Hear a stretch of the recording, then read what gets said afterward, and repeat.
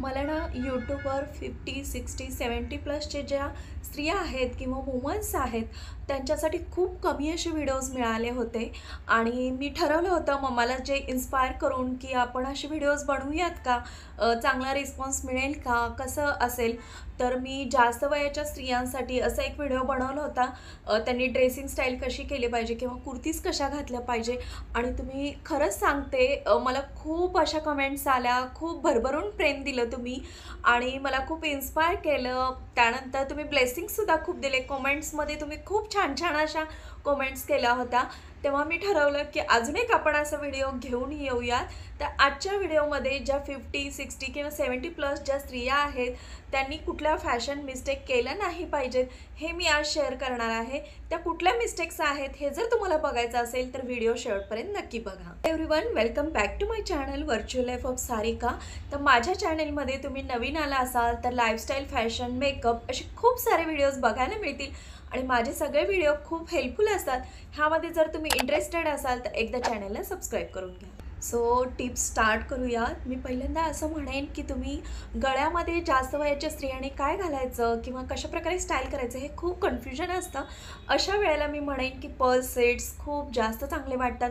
जे जास्त वयाच्या स्त्रिया आहेत त्यांनी जर असे पर्लचे सेट्स घातले तर नक्कीच ग्रेस वाटतो, तुम्ही खूप छान दिसायला लागता आणि ते त्यांच्यावरच उठून दिसतं. त्यामुळे असे पर्लचे सेट तुम्ही जर ट्राय केले नसतील तर नक्की ट्राय करू शकता. लॉंगमध्ये म्हणा किंवा शॉर्ट्समध्ये, चोकर म्हणा, अशा कुठल्याही प्रकारचे जे पर्लचे सेट्स आहेत ते तुम्ही ट्राय केले तर नक्कीच तुम्ही खूप खुलून दिसू शकता, चांगले दिसू शकता.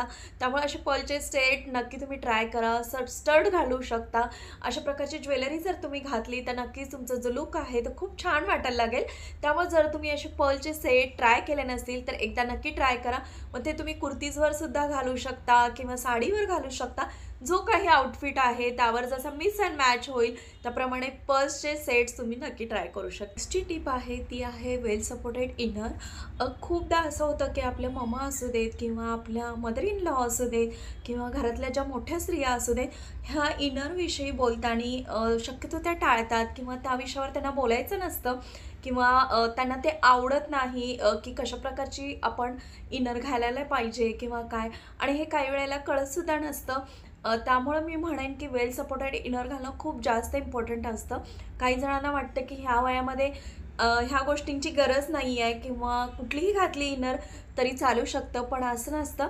वेल सपोर्टेड इनर घालणं खूप इम्पॉर्टंट असतं. जर तुमचं ब्रेस्ट एरिया जर हेवी असेल तर तुम्ही अशी वेल सपोर्टेड इनर घालू शकता.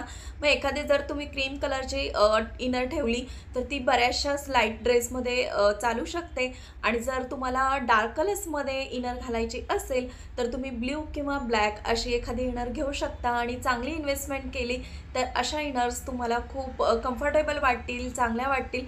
त्यामुळं वेल सपोर्टेड इनर असणं खूप जास्त गरजेचं असतं. बस्ट एरिया जो आहे तो मीडियम साईजचा आहे. त्यांनी इनर घालताना नेहमी कॉटनच्या घालायच्या किंवा इलॅस्टिक असलेल्या घालायच्या. काय होतं, आपलं एक ठराविक एज झाल्यानंतर जे आपल्याला इथं इनरला स्लीव्ज असतात किंवा बेल्ट असतात ते घातल्यानंतर त्यांना पेन्स व्हायला लागतात. त्यामुळं असे जर इलॅस्टिकचे जर बेल्ट असलेले तुम्ही इनर घातली किंवा पाठीमागंसुद्धा इलॅस्टिक असलेले इनर घातली तर नक्कीच तुम्हाला खूप जास्त कम्फर्टेबल वाटेल. आणि कॉटनच्या असतील तर अशा ज्यांचं बस्ट जो आहे तो मीडियम साईज असेल तर त्यांना ते खूप फायदेशीर ठरेल. सो यस, ज्यांचं मीडियम सेट बस्ट आहे त्यांनी अशा कॉटनच्या आणि इलॅस्टिकवाल्या जर इनर घेतल्या तर त्यांना ते खूप फायदेशीर हो. ज्यांची बस्ट एरिया खूप कमी आहे अशांना मी म्हणेन की पॅडेड इनर घालू शकता. पॅडेड इनरमध्ये तुमचा जर पोट पुढं असेल आणि बस्ट जे आहेत ते कमी असतील तर तुमचा शेप खूप चांगला दिसेल. पोट थोडंसं आत आल्यासारखं वाटेल आणि बस्ट एरिया जो आहे तो व्यवस्थित वाटेल. त्यामुळं तुम्ही पॅडेड इनर घातली तर नक्कीच तुम्हाला त्याचा फायदा होऊ शकतो. की एक मी इनर तुम्हाला सांगेन की तुम्ही स्लिप ऑन ब्रा जी आहे ती घेतली तर तुम्हाला जास्त कम्फर्टेबल होईल. जर तुम्हाला पॅड हवे असतील तर ते तुम्ही पॅड घालू शकता, नको असेल तर तुम्ही काढूसुद्धा शकता. आणि खूप कम्फर्टेबल अशी ही ब्रा आहे. त्यामुळं तुम्ही ही नक्कीच ट्राय करू शकता. आणि कुठल्याही ड्रेसवर म्हणा, कुठल्याही साडीवर ही स्लिप ऑन ब्रा खूप कम्फर्टेबल आहे. ज्या स्त्रियांची आता नुकतीच डिलिव्हरी झालेली आहे अशा स्त्रियासुद्धा अशी स्लिप ऑन ब्रा घालू शकतात. त्यामुळं इनर घेताना खूप कम्फर्टेबल, आपल्याला कम्फर्ट झोन बघून, आपला साईज बघून व्यवस्थित घ्यायची. आणि जास्त वय झालेलं आहे मग मी ह्या गोष्टी कशाला लक्ष देऊ असं अजिबात म्हणायचं नाही.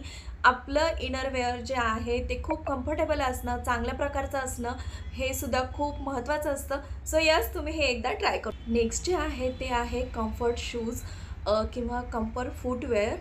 बघा आपण कसं करतो, आजकालच्या मुली म्हणा किंवा आजकालच्या ज्या सुना आहेत, गृहिणी आहेत किंवा वर्किंग वुमन्स आहेत, ह्या सगळ्यांकडं फूटवेअर खूप असतं. म्हणजे सँडल्स असतील, हिल्स असतील, बॉक्स हिल्स असतील, कोल्हापुरी चप्पल असेल, भरपूर व्हरायटी आपल्याकडं, मोजडी म्हणा, खूप साऱ्या व्हरायटी आपल्याकडे असतात. आणि आपण वेगवेगळ्या ड्रेसेसवर स्टाईल करून घालत असतो. पण तेच आपली मम्मा म्हणा किंवा मदर इन लॉ म्हणा, ह्यांच्याकडं कसं असतं, एकच चप्पल असते आणि बाहेर जाताना घालायची, तेच त्या घातल्या की जातात. त्यांना त्या असं विचार नाही करत की मला सगळ्या प्रकारचे शूज किंवा सगळ्या प्रकारचे वेगवेगळ्या प्रकारचे चप्पल्स घ्यायचे आहेत, ह्या त्या अजिबात विचार करत नसतात. आणि ते नाही घेतलं तरी चालेल. पण मी असं म्हणेन की कम्फर्टचा विचार करून तुम्हाला जर थोडं जरी नॉलेज असेल तर आपल्या मम्माला किंवा आपल्या मदर इन लॉला किंवा ज्या जास्त वयाच्या स्त्रिया आहेत त्यांना एक सजेस्ट करू शकता की जर त्यांनी शूज घातलं, म्हणजे स्पोर्ट्स शूज घातलं, तर नक्कीच त्यांना खूप फायदा होईल आणि एक स्टायलिंगसुद्धा असं वाटेल. त्यांनी साडीवरती, कुर्तीजवरती, कशावरही स्पोर्ट्स जर शूज घातले, खूप कम्फर्टेबल वाटेल. मग वॉकिंग करताना असेल, कुठेही बाहेर जाताना असेल, त्याला एक कम्फर्ट लेवल देऊन जाईल. त्यामुळे तुम्ही वेगवेगळ्या ब्रँडचे, बाटा म्हणा, वेगवेगळ्या ब्रँडचे असे वेगवेगळ्या प्रकारमध्ये स्पोर्ट्स शूज आलेले आहेत, ते जर तुम्ही घातले तर एक स्टायलिंगसुद्धा वाटेल, छान वाटेल. आणि मेन म्हणजे खूप कम्फर्टेबल आहे. त्यामुळं मला असं वाटतं की जास्त वयाच्या स्त्रियांनी तुम्ही एकच चप्पल वापरण्यापेक्षा जर तुमच्या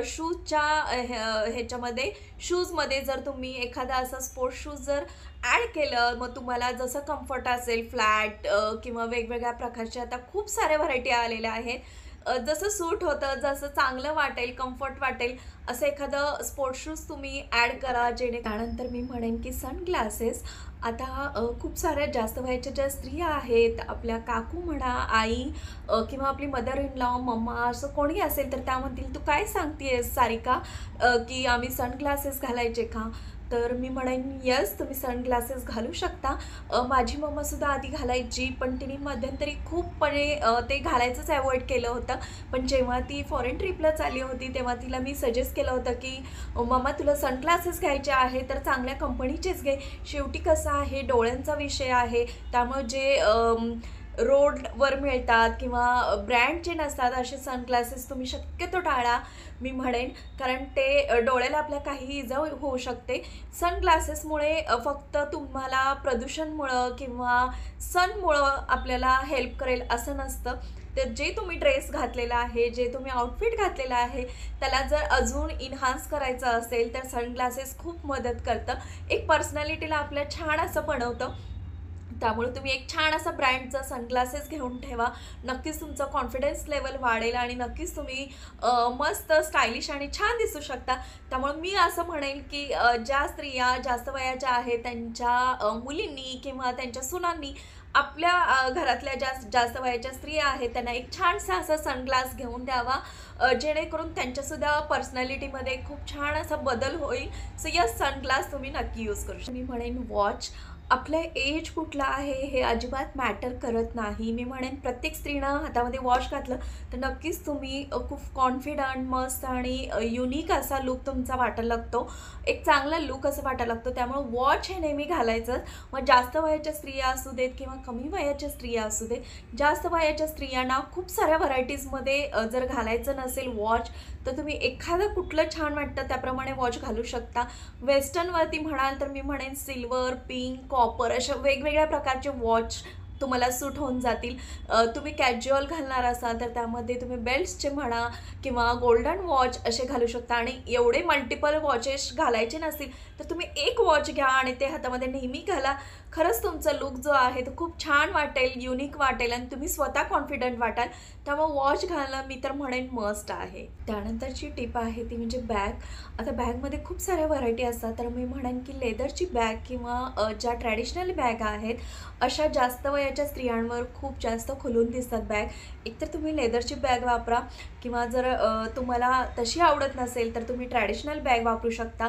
म्हणजे जसं की ज्यूटमध्ये, प्रिंटमध्ये खूप व्हरायटी आलेल्या आहेत बॅगमध्ये. ह्या बॅग्स तुम्हाला खूप जास्त चांगला लुक देतात. त्यानंतर तुम्ही एखाद्या फंक्शनला जाणार असाल, एखाद्या पार्टीला जाणार असाल तर तुम्ही बटवा यूज करू शकता. बटवा हा खूप जास्त चांगला असा ऑप्शन आहे. बटवा जास्त वयाच्या स्त्रियांवरच काय आपल्यावर सुद्धा खूप जास्त खुलून दिसतो, चांगला दिसतो. त्यामुळे तुम्ही बटवासुद्धा यूज करू शकता किंवा क्लच यूज करू शकता. वेगवेगळ्या डिफरंट अशा टाईप्समध्ये क्लच मिळतात. तसे तुम्ही क्लच यूज केले तरीसुद्धा ते खूप जास्त चांगले वाटतात. सो यस, तुमची बॅग कशाप्रकारे असावी हे सुद्धा आपण डिसाईड करायचं. मग तुम्ही क्लच वापरू शकता, तुम्ही बटवा वापरू शकता किंवा अशा ट्रॅडिशनल बॅग वापरू शकता जसे की ज्यूटच्या आहेत किंवा बॅग्स वापरू शकता. अशा प्रकारे छान अशी बॅग घ्यायची जेणेकरून तुमचा जो लुक आहे तो थोडंसं स्टायलिश आणि थोडंसं छान वाटेल. त्यामुळे बॅग ही कुठल्या प्रकारची घ्यायची हे डिसाईड नक्की तुम्ही आता बघितलंच असेल. मी आज खूप सिंपल साध्या अशा टिप्स सांगितलेल्या आहेत किंवा ज्या मिस्टेक ज्या आहेत त्या अवॉइड करायला सांगितलेल्या आहेत. ह्या छोट्या छोट्या मिस्टेक आहेत किंवा त्या अवॉइड केल्या किंवा ह्या ज्या टिप्स आहेत त्या जर तुम्ही फॉलो केल्या तर जास्त वयाच्या ज्या स्त्रिया आहेत त्या नक्कीच खुलून दिसतील, चांगल्या दिसतील. खूपदा असं होतं की जास्त वयाच्या स्त्रियांना आत्ता काय चाललेलं आहे किंवा आत्ता कशाप्रकारे आपण स्टाईल केलं पाहिजे हे कळत नसतं. त्यामुळं ज्या तरुण किंवा ज्या सुना किंवा ज्या मुली हा व्हिडिओ बघतायत त्यांनी आपल्या मम्माला किंवा मदर इन लॉला हे असं सांगू शकता की कशाप्रकारे स्टाईल करायचं. नक्कीच त्यांची पर्सनॅलिटी जी आहे ती खुलून दिसेल, चांगली दिसेल. नक्की ह्या ज्या टिप्स सांगितलेल्या आहेत नक्की तुम्ही ट्राय करू शकता. आजचा जर व्हिडिओ तुम्हाला हेल्पफुल वाटला असेल, थोडा जरी चांगला वाटला असेल तर प्लीज लाईक, शेअर आणि सबस्क्राईब करा. छान छान अशा कमेंट्स करा की जेणेकरून मलासुद्धा कळेल की जास्त वयाच्या स्त्रियांसाठी मी जर व्हिडिओ बनवले तर त्यांना ते आवडतात का, कशाप्रकारे त्यांना मदत करतात किंवा मी अजून काय काय ॲड केलं पाहिजे माझ्या व्हिडिओमध्ये हे सगळं मला कळेल. आणि तुम्ही खूप मला इन्स्पिरेशन देताय, खूप छान छान कमेंट्स करताय त्याबद्दल सर्वांचं थँक्यू. Bye bye.